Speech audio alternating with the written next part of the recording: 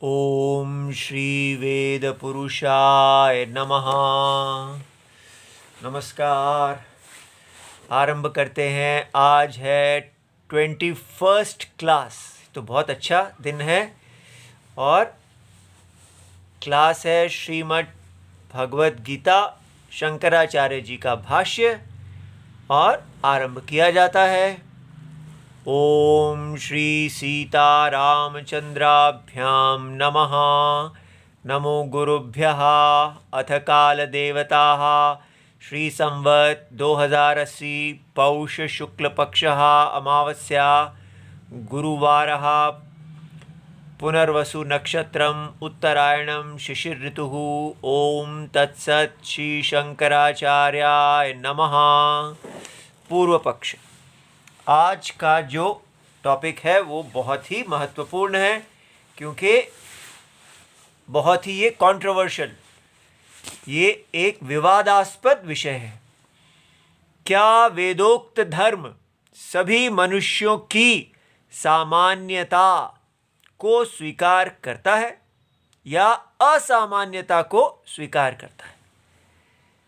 Does dharma taught by Veda accept equality of all humans or accept inequality of humans by birth? अर्थात ये एक प्रश्न है जिसके आधार पर यह प्रश्न आधुनिक भारत के लिए बहुत महत्वपूर्ण है, क्योंकि वेद को जन्म से ही मनुष्यों की असमान धर्म कर्तव्य व्यवस्था को स्वीकारने के लिए नकारा जाता है। ऐसा कहा जाता है कि वेद ये स्वीकार करते हैं कि जन्म से ही सबका अलग अलग स्वधर्म होता है और इसलिए सबका कर्तव्य जन्म से ही सिद्ध हो जाता है और ये धर्म के, ये न्याय के विरुद्ध है। ये ऐसा नहीं होना चाहिए। तो क्या ऐसा है या नहीं है? तो यहाँ तो यही स्वीकार किया जाएगा कि हाँ, ये जन्म से असमानता है, लेकिन उसका क्या आधार है? तो इसे बहुत यत्न से समझना चाहिए और बहुत से लोगों में, बहुत से भारतवासियों में इस असमानता के प्रति बहुत क्रोध है। वो सुनना ही नहीं चाहते। उनको लगता है कि ये तो बिल्कुल भी अस्वीकार्य है, इसको स्वीकार नहीं किया जा सकता। ये जन्म से क्यों असमानता है? तो इसलिए आपको पहले जो आपके अंदर एक अंदर से मन में बना हुआ है कि नहीं, हम सुनेंगे ही नहीं, ऐसा नहीं सोचना चाहिए। आप कृपया इसको सुनिए। और शंकराचार्य जी वर्णाश्रम धर्म, जन्म से ही जो व्यक्ति का एक कर्तव्य स्वधर्म निश्चित होता है उसको स्वीकार करते हैं। इसीलिए हम आपको ये पहले इसका बता रहे हैं ताकि अभी ये भाष्य में आने वाला है तो इसको एक शुद्ध, बिना किसी पूर्वाग्रह, विदाउट प्रेजुडिस आप इस टॉपिक को सुनिए और फिर जो आपको ठीक लगे उसको स्वीकार कीजिए। अच्छा जी, अब हम ये देखते हैं कि समानता, इक्वालिटी और असमानता, इनइक्वालिटी, ये होती क्या है, ये क्या है, इसकी क्या परिभाषा है? ठीक है, तो इसको देखने के लिए हमें ये देखना होगा, ये देखिए कि इसके तीन विषय, पॉइंट्स ऑफ व्यूज हैं। एक है वेस्टर्न साइंस का, दूसरा है बिलीफ बेस्ड रिलीजन्स का और तीसरा है वेद आधारित धर्म का। ठीक है, तो अवेद भूमि में जो साइंस जन्मी है उसको वेस्टर्न साइंस कहते हैं। वेस्ट जो है वो अवेद भूमि है, उनको वेद का कोई ज्ञान नहीं है। और बिलीफ बेस्ड रिलीजन माने विश्वास परायण रिलीजन। रिलीजन माने जैसे बाइबल और कुरान के आधार पे जो विश्वास परायण रिलीजन होता है। और वेद आधारित धर्म माने धर्म बेस्ड ऑन वेदा, तो वेद के आधार पे, वेद प्रमाण के आधार पे जो धर्म है। तो इन तीनों की हम तुलना करेंगे, इन तीनों में अलग अलग समानता की परिभाषा निकलेगी। तो तो पहले हम एक प्रश्न रखते हैं, व्हाट इज दिस क्रिएशन? यह सृष्टि क्या है? तो वेस्टर्न साइंस की दृष्टि में यह सृष्टि क्या है? ये रिजल्ट ऑफ ट्रांसफॉर्मेशन है, अर्थात काल में परिणाम। हमने देखा था परिणाम क्या होता है, जैसे दूध से दही का बनना, दही से मक्खन का बनना और मक्खन से घी का बनना, ये एक केमिकल एक ट्रांसफॉर्मेशन है जो काल में, टाइम में, लीनियर टाइम में, सीधी टाइम में एक काल में परिणाम होता है और वस्तु अपने कारण जो है वो कार्य में परिणत हो जाता है। ठीक है, cause turns into an effect, ये है ट्रांसफॉर्मेशन। तो साइंस कहती है कि जो अभी हमारी प्रेजेंट, अभी की जो इस काल में जो सृष्टि है, ये क्या है? ये एक ट्रांसफॉर्मेशन का फल है। तो उसमें क्या है? पहले मैटर था, जड़, inert matter, hot gases etcetera, और वो कालांतर में परिणत होती हुई ये जीव बन गए, अनेक जीव। इसको कहा जाता है, ये इवोल्यूशन है। ये इसका आधार क्या है? कैसे बन गए? तो कहा जाता है ये इसका आधार है नेचुरल लॉज। नेचुरल लॉज माने अर्थात प्राकृतिक नियम। काल में परिणाम हुआ, जड़ से चेतन जीव उत्पन्न हो गए। जड़ माने जिसमें चेतना नहीं है, तो हाइड्रोजन गैस इत्यादि, हॉट गर्म गैस जो इत्यादि थी, वो जड़ कहलाएगी। और वो कालांतर में बिग बैंग, कुछ महाविस्फोट आदि के कारण वो फिर चेतन जीव में परिवर्तित हो गई। और इसका आधार क्या है? ऐसा क्यों हुआ? क्योंकि ये प्राकृतिक नियम है।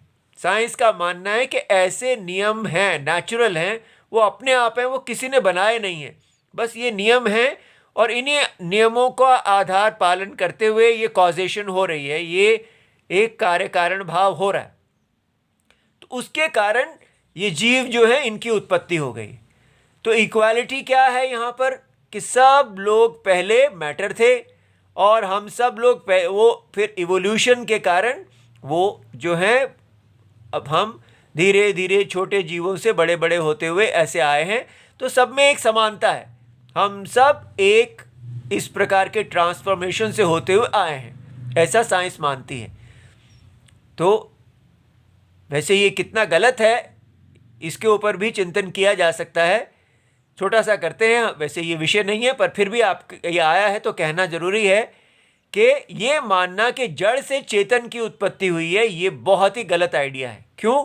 क्योंकि हम अनुमान जब लगाते हैं तो हम कहते हैं कि जो कोई चीज़ है वो प्रत्यक्ष है। प्रत्यक्ष मीन्स डायरेक्ट ऑब्जर्वेशन, या वो अनुमान का विषय है। अनुमान उसका लगाया जा सकता है जिसमें आपको पता है, जैसे आप देखते हैं कि अग्नि से धुआं निकलता है, तो आज आपने जब धुआं देखा तो आप अग्नि का अनुमान लगाते हैं। लेकिन आपने जड़ से चेतन निकलता है ऐसा आपने देखा हो तो आप अनुमान लगा सकते हैं। चेतन की उत्पत्ति का अनुमान लग ही नहीं सकता, क्योंकि चेतन जो है वो ना तो वो प्रत्यक्ष है और ना वो अनुमान विषय है, वो अपरोक्ष है। हमने देखा है चेतन जो है वो अपनी एब्सेंस का कभी साक्षी नहीं हो सकता, चेतन का अभाव हो ही नहीं सकता। चेतन सदा भाव रूप है, चेतन हमेशा है। चेतन देखता है कि अचेतन है या नहीं है, लेकिन चेतन हमेशा है। इसलिए चेतन को अपने अभाव का, अपनी एब्सेंस का अनुभव कभी नहीं होगा, ये हो ही नहीं सकता। क्योंकि अगर चेतन ही नहीं है तो उसको जानने वाला कौन है? ये थोड़ा मुश्किल विषय है, तो मैंने सिर्फ इसको टच कर दिया है, कभी इसको विस्तार से हम करेंगे। लेकिन ये साइंस का ये जो कंक्लूजन है कि जड़ से चेतन बनता है, ये बिल्कुल ही तर्कसंगत नहीं है। अच्छा, तो ये ऐसा साइंस हमको देखती है। और अब हम देखें ये बिलीफ, जो विश्वास आधारित जो रिलीजन है, जो बाइबल और कुरान इत्यादि, ये क्या सोचते हैं? ये कहते हैं कि गॉड इज द क्रिएटर, ये इसको गॉड ने बनाया है। किसको? बोथ कॉन्शियस सोल, तो जो चेतन है उसको भी गॉड ने बनाया है और इनर्ट शरीरों को भी गॉड ने बनाया है। और किस आधार पे बनाया है? यहाँ तो नेचुरल लॉज के आधार पे बने, तो यहाँ किस आधार पे है? तो उसको कहा जाता है उनकी फ्री विल है, उनकी जो इच्छा है उसके ऊपर कोई रोक टोक नहीं है, उनकी मर्जी है। उन्होंने तो गॉड कौन है? अति शक्तिशाली है कोई, जो बस बिलीफ के विषय हैं, जिन्होंने जड़ और चेतन को, चेतन सोल, वो सोल शब्द प्रयोग करते हैं, इसको आत्मा ट्रांसलेट नहीं करना, सोल को बनाया है और अपनी स्वतंत्र इच्छा के आधार पर। तो ये उनकी, ये इक्वालिटी इनकी है कि सबको गॉड ने बनाया है इसलिए सब इक्वल हैं, लेकिन गॉड ने सबको अलग अलग बनाया है। किसी को लंगड़ा बनाया है, किसी को लूला बनाया है, किसी को अमीर बनाया है, किसी को गरीब बनाया है, और किसी को बीमार बनाया है, किसी को वृद्ध बनाया है, किसी को पक्षी बनाया है। क्यों बनाया है? क्योंकि ये उनकी मर्जी है। तो इसलिए किसी को दुख दिया है, किसी को सुख दिया है। क्यों दिया है? ये उनकी मर्जी है। इसलिए इसको बोलते हैं, उनका जो शब्द है गॉड्स विल, गॉड की इच्छा, वो केवल, वो उस पर कोई क्वेश्चन नहीं है। गॉड ऐसे तो बड़े क्रूर हो गए गॉड, तो किसी को इतना बीमारियां दे देते हैं, किसी को कितना दुख देते हैं। हाँ, क्योंकि उनके ऊपर क्रूरता का भी दोष आता है और पक्षपात का भी दोष आता है। जब ये सारे ही आपके सृष्टि है तो सबको सुखी बनाते, लेकिन ये दोष का वहाँ कोई समाधान नहीं है। यहाँ कहते हैं नेचुरल लॉज ने किसी को लूला लंगड़ा बना दिया, और यहाँ गॉड ने बना दिया। जो विषमता है, अलग अलग क्यों है? ये नेचुरल लॉज हैं, ये ऐसे ही हैं, ये गॉड हैं, ये ऐसे ही हैं। ठीक है। और यहाँ क्या है? यही प्रश्न अगर पूछा जाता है कि व्हाट इज दिस क्रिएशन, ये सृष्टि क्या है? अब वेद क्या कह रहे हैं? ना तो ये साइंस की परिणामी सृष्टि है, और ना ये रिलीजन की, बाइबल आदि रिलीजन की, ना ये किसी अति शक्तिशाली के द्वारा निर्मित है। तो फिर ये क्या है? यह परम सत्यम में अज्ञान के कारण दिखने वाली मिथ्या प्रतीति मात्र है। ये इतना बड़ा चेंज है, इतनी बड़ी बात है, इन दोनों से बिल्कुल एक अलग चीज, कि जिस सृष्टि को आप देख रहे हैं वो किसी दूध दही के परिणाम से नहीं बनी है, और ना ये किसी गॉड ने बनाई है। तो फिर ये किसने बनाई है? ये किसी ने बनाई ही नहीं है। तो ये क्या है? ये केवल अज्ञान से, रस्सी में जैसे सांप दिखता है वैसे ही ये भी परम सत्य में दिखने वाली एक प्रतीति मात्र है। अब बताओ ये कितनी बड़ी बात है। वास्तव में इसका कोई कर्ता ही नहीं है। यहाँ ये लड़ रहे हैं आपस में कि हम नेचुरल लॉज क्रिएटर हैं या शक्तिशाली कोई है, जिस गॉड जिसने बनाई है। और यहाँ कह रहे हैं इसका कोई कर्ता नहीं है, क्योंकि ज्ञानी के लिए इस सृष्टि का कोई अस्तित्व नहीं है।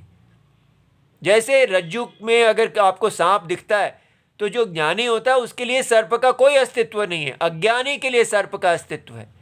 इसीलिए ये सृष्टि जो है, इसका विचार करके अगर हम निश्चय करते हैं क्या ये है या नहीं है, तो इसका निश्चय बिल्कुल ऐसे होता है जैसे सर्प नहीं है, रज्जु है। उसी प्रकार ज्ञानी देख लेते हैं कि यहाँ पर केवल परमात्मा ही है।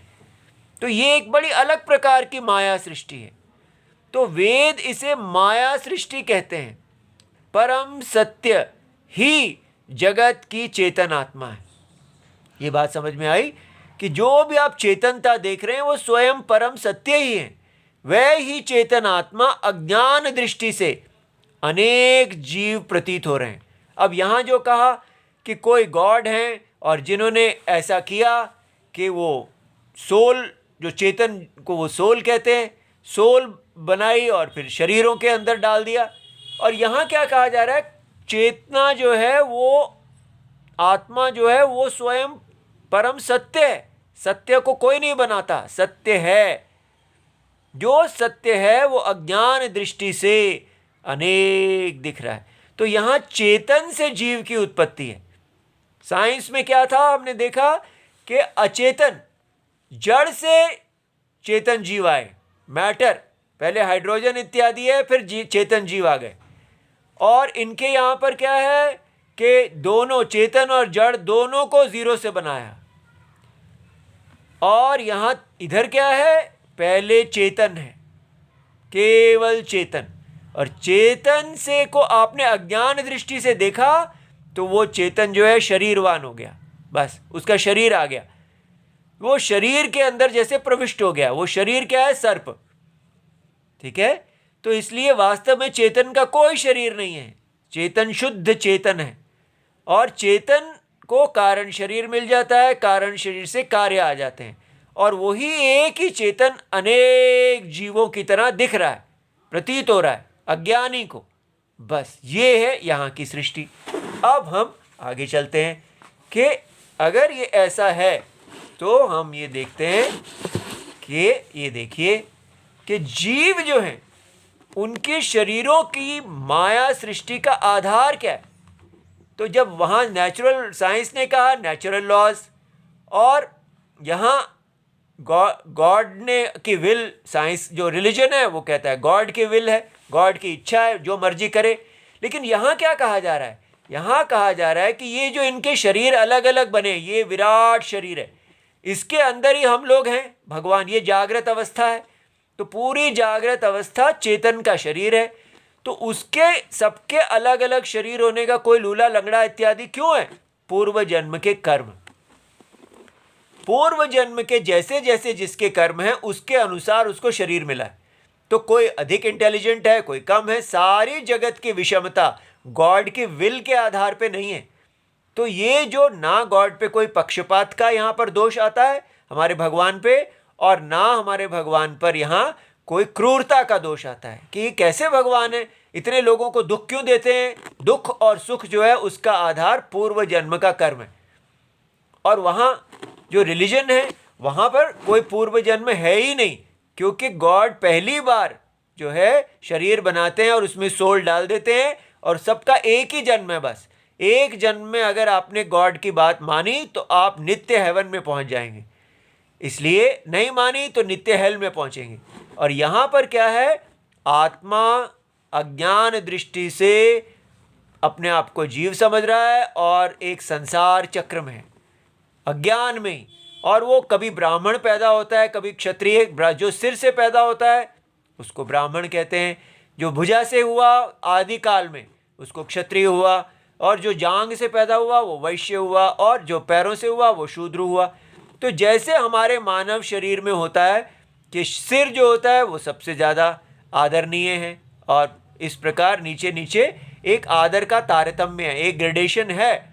उसी प्रकार एक ग्रेडेशन इनमें भी है। ब्राह्मण सिर हैं तो वो वेद की रक्षा करते हैं, और ये क्षत्रिय भुजा हैं तो भुजा से वो धर्म की रक्षा करते हैं। वैश्य जो हैं वो कृषि और वाणिज्य बिजनेस करते हैं और खेती करते हैं। और शूद्र जो हैं वो पैर हैं, जैसे पैर इन तीनों को धारण करते हैं वैसे ये इनको असिस्ट करते हैं, ये इन तीनों के साथ रहते हैं और इनको असिस्ट करते हैं। और जो इनके क्रम से उल्टे हो जाते हैं ठीक प्रकार वो इससे बाहर पंचम हो जाते हैं। ये हम आदि काल में ऐसा जब शुद्ध धर्म चल रहा है ऐसा होता है। लेकिन धीरे धीरे जब सतयुग से अन्य जैसे जैसे एक एक युग आगे बढ़ता है कलयुग तक ये व्यवस्था बिगड़ने लगती है। तो अभी जो हमने इस वर्णाश्रम की व्यवस्था को देखी है वो है जब अब भारत देश कितने हजारों वर्षों तक एक दास देश रहा, ऐसे कौमों का, ऐसे लोगों को जो वेद के विरुद्ध थे, और हमने एक ऐसी विकृत व्यवस्था देखी जहां हम अपने वैदिक धर्म से गिरे हुए थे। तो जो अभी देखा कहानियां मुंशी प्रेमचंद आदि की सुनते हैं कि ब्राह्मण जो हैं वो सब ब्राह्मण जैसे गुण नहीं हैं, क्षत्रियों में नहीं हैं, वो सब शोषण कर रहे हैं, सारा दुख दिया जा रहा है, और ये जो सबको नीचा किया जा रहा है, ऊंच नीच से समाज बुरी तरह बुरी हालत में है, वो एक विकृत अवस्था है वर्णाश्रम धर्म की। तो इसलिए हम लोग ये समझना है कि ये वास्तव में जन्म से ही ये धर्म निश्चित होता है, और जब अब ये गिरी हुई अवस्था है तो अब हमें क्या करना है? तो कहा जाता है कि आप पतित अवस्था है, आप परमात्मा तो अंदर ये परमात्मा ही है जो ब्राह्मण है, क्षत्रिय है, वैश्य है, शूद्र है या अन्य है, सब परमात्मा ही हैं। तो जब हम परमात्मा से अपना तार जोड़ते हैं, उनको अपना हम समर्पण करते हैं, तो अंतरात्मा ही हमें बताते हैं कि हमारा क्या धर्म है। इसलिए कलयुग में हम इस अंतरात्मा की वाणी को अपना धर्म मान के उनके आज्ञा पालन करते हैं। इस प्रकार जन्म से हम अलग अलग धर्म के लिए बने हुए हैं, ऐसा वेद मानते हैं। ये इनइक्वालिटी वेदा की है। समझ में आ गया? तो अब हम इसको और आगे देखते हैं। तो फिर बताइए, what is right action, what is wrong action. उचित कर्म क्या है और अनुचित कर्म क्या है। तो साइंस के हिसाब से राइट एक्शन क्या है? Right action is non violation of natural laws. Science सबको यही बताती है कि एक लॉज हैं, हर जगह लॉज हैं, और आपको इन लॉज का अगर आप आदर करेंगे तो आपकी रक्षा होगी, इसका अनादर करेंगे तो आप मुश्किल में फंस जाएंगे। तो साइंस कहती है इंटेलिजेंट मिल्किंग। आपको इस सारी सृष्टि का, ये जो प्राकृतिक नियम है उनका सम्मान करते हुए ये जड़ और जीव सृष्टि का चतुर दोहन करना है। ठीक है, आप इनका दोहन करें। किसका? लिविंग और नॉन लिविंग। ये सारी सृष्टि जो है इसका चतुर दोहन हो, इंटेलिजेंट मिल्किंग हो, अनइंटेलिजेंट मिल्किंग ना हो। क्योंकि मिल्किंग तो करनी है, हमको इसको भोगना है। तो कैसे भोगें? सोच समझ के आप इसको भोगें। बिल्कुल बिना सोचे समझे भोगेंगे तो ये भोग आपके हाथ से निकल जाएगा। ठीक है, जैसे घोड़े को घास को खाना है, लेकिन सोच समझ के खाए, उतना खाए कि घास भी अपने आप पनपती रहे। तो अपने सेल्फ इंटरेस्ट को, अपनी सेल्फिशनेस को देखते हुए आप इंटेलिजेंट हो जाइए, ये साइंस कहती है। और रिलीजन क्या कहता है? राइट एक्शन क्या है? Non violation of God. वो सब कुछ गॉड को देखते, गॉड और उसकी कम्युनिटी की वृद्धि होनी चाहिए, ये राइट एक्शन है। जिस भी एक्शन से गॉड की वृद्धि होती है, उसकी कम्युनिटी की वृद्धि होती है, वो राइट एक्शन है। और ये भी राइट एक्शन है जिससे डेविल का नाश हो और उसकी कम्युनिटी का नाश हो। तो दोनों चीज़ें, ये धर्म का मतलब डेविल को नाश करना और गॉड को बढ़ाना, ये इनका धर्म है। तो गॉड और उसके बंदों की कौम का आदर प्रसार करना ये धर्म है, और शैतान और उसके बंदों की कौम का अनादर और विनाश करना ये धर्म है। तो ये धर्म शब्द यहाँ नहीं लगना चाहिए, लेकिन क्योंकि हम राइट एंड रॉन्ग कह रहे हैं, तो इन लोगों के लिए ये बनता है, ये इनका राइट है, ठीक है। किसको ये ठीक कहते हैं? और यहाँ जहाँ वेद क्या कहते हैं, राइट एक्शन क्या है? नॉन वायलेशन ऑफ परमात्मा। वो परमात्मा जो सारे विराट शरीर के अंदर व्याप्त है, जो हर जीव के अंदर है, पेड़, नदी, चूहा, बिल्ली इत्यादि, नीच नीच उच्च, सब के अंदर एक आत्मा है। ये इक्वालिटी है हमारे वेद की, कि हम सब एक परम सत्य है। लेकिन उपाधि, हम अपने कर्म के कारण अलग अलग शरीरों में पैदा हुए हैं। इसलिए जो हमारे अंदर परमात्मा वास करते हैं उनका हमें आदर करना चाहिए। तो परमात्मा कौन है? सर्वात्मा। सर्वात्मा की आज्ञा का आदर, सर्वात्मा के विराट शरीर रूप यज्ञ की वृद्धि। तो ना यहाँ है किंगडम ऑफ गॉड, और यहाँ है ये सारा विराट शरीर। इस शरीर को आप समरसता में रहें, इसको खराब ना करें। तो सारा ब्रह्मांड, ये जो दुनिया है, इसमें हर व्यक्ति को अपना अपने स्थान में रहना है और कार्य करना है। और ये जो है, ये एक यज्ञ है। इस यज्ञ में हर व्यक्ति अपनी आहुति देगा, और अपनी आहुति देते देते वो शुद्ध हो जाएगा और मोक्ष को प्राप्त होगा। ऐसा वैदिक धर्म है। तो वैदिक धर्म में हमें अब एक शरीर के अंदर कैसे सिर जो है वो भुजा की शोषण कैसे कर सकता है? सिर जो है वो तो जैसे शरीर में एक अंग दूसरे अंग का शोषण नहीं करता, लेकिन विकृत अवस्था अगर जहाँ आ गई, वहाँ ये एक कम्युनिटी बन गई, ये अलग कम्युनिटी बन गई, इन लोगों ने दूसरे का शोषण करने लगे। वो वांछित नहीं है, वो वेद नहीं कह रहे। तो वेद कह रहे हैं आप सारे समाज को, पूरी यूनिवर्स को एक शरीर बन के जीना है। अच्छा जी, अब हम आगे देखते हैं। तो ये देखा कि कैसे 3 अलग अलग धर्म की परिभाषा निकल रही है। अब है गोल ऑफ लाइफ, जीवन का गोल क्या है, जीवन की पूर्ति किस में आप मानते हैं? तो साइंस के हिसाब से, क्योंकि हम जीरो हैं पहले और अंत में भी जीरो हैं, बीच में थोड़ा सा हमको नाचने कूदने का समय मिल गया है। तो क्या करना है? Best consumption when alive. जब तक आप जीवित हैं तब तक आप अर्थ और काम, धन और pleasure, money and pleasure, wealth and pleasure को प्राप्त करने के लिए आप जो उद्यम करते हैं, बस वो नेचुरल लॉज को ध्यान में रखते हुए आप वो कीजिए और ज़्यादा से ज़्यादा मज़ा कीजिए। तो जीवन का उद्देश्य खाओ पियो मज़ा करो, और जिससे भी जिसको अच्छी पढ़ने से मज़ा मिलता है, अंततः जीवन में मज़ा, बस प्लेजर ही जीवन का मोटिव है। और व्यक्ति को ऐसे जीना है कि वो ज़्यादा से ज़्यादा इंजॉय करे। तो वही हम कहते हैं कि तो ये जीवन का गोल है। और यहाँ पर क्या है? यहाँ है ऐसे जियो कि आपको मरणोपरांत, पोस्ट डेथ, हेवन की प्राप्ति हो। और वहाँ क्या करेंगे? वहाँ भी अर्थ काम, वहाँ भी आप भोग करेंगे, खाएंगे पिएंगे। तो इसलिए शरीर की तृप्ति के लिए यहाँ भी है, यहाँ भी शरीर की तृप्ति है। और यहाँ क्या है? यहाँ है धर्म अर्थ काम मोक्ष जीवन के उद्देश्य हैं। यदि आप इस विराट रूप महासर्वात्मा के शरीर की वृद्धि करते हैं, अपने स्थान में बने हुए अपना कर्तव्य करते हैं, उसको धर्म कहते हैं, तब आपको उस धर्म को करते करते जो अर्थ काम प्राप्ति हो जाए उसमें संतोष करना। इसलिए कंज्यूमरिज्म को ये रोक देता है, कंपटीशन को ये रोक देता है। बस अपना धर्म किया और जो मिल गया उसको प्रसाद समझ के पा लिया।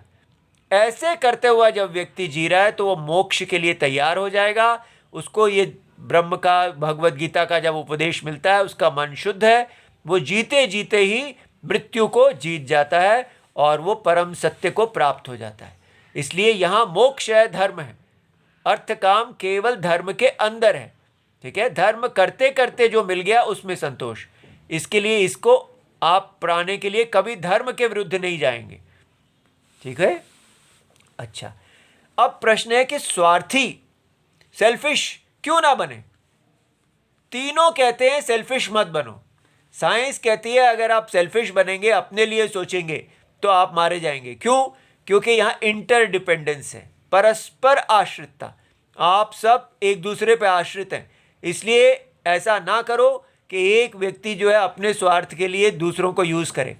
तो सब परस्पर आश्रितता है, इसलिए सारे लोग एक टीम बन के रहो, यूनाइटेड नेशंस।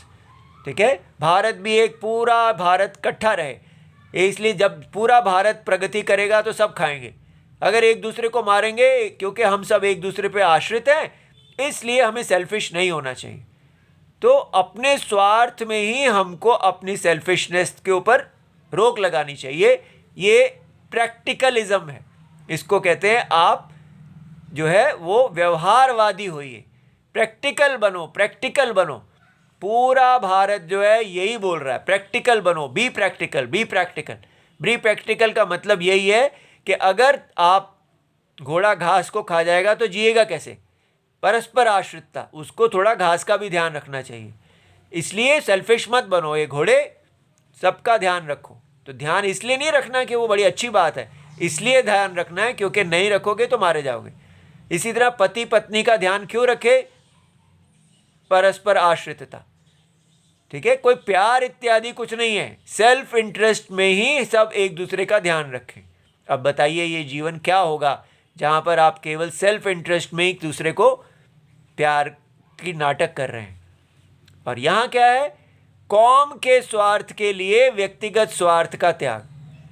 कि आपको कौम की वृद्धि है, गॉड की वृद्धि करो, तो व्यक्तिगत स्वार्थ का त्याग करो ताकि आप मरने के बाद हेवन में पहुँचे। और यहाँ क्या है? यहाँ है अपने परम सत्य के स्वार्थ के लिए। अब परम सत्य आप खुद ही हैं। जब आप देखते हैं कि अर्जुन जो है वो इस शरीर की में जो आत्मा है, जो शरीर से परिचिन्न है, और कृष्ण कौन है?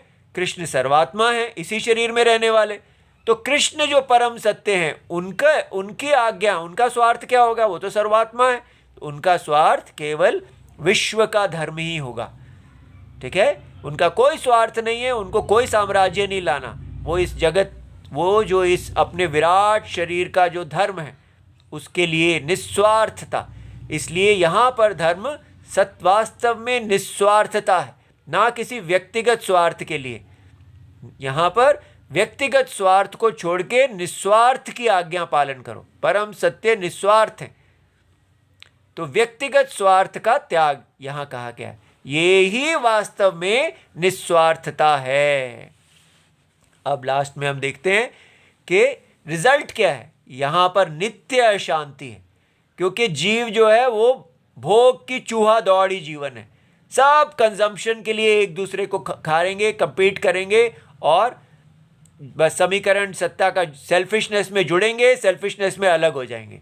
सेल्फिशनेस ही जीवन का आधार है। यहाँ भी यही हाल है।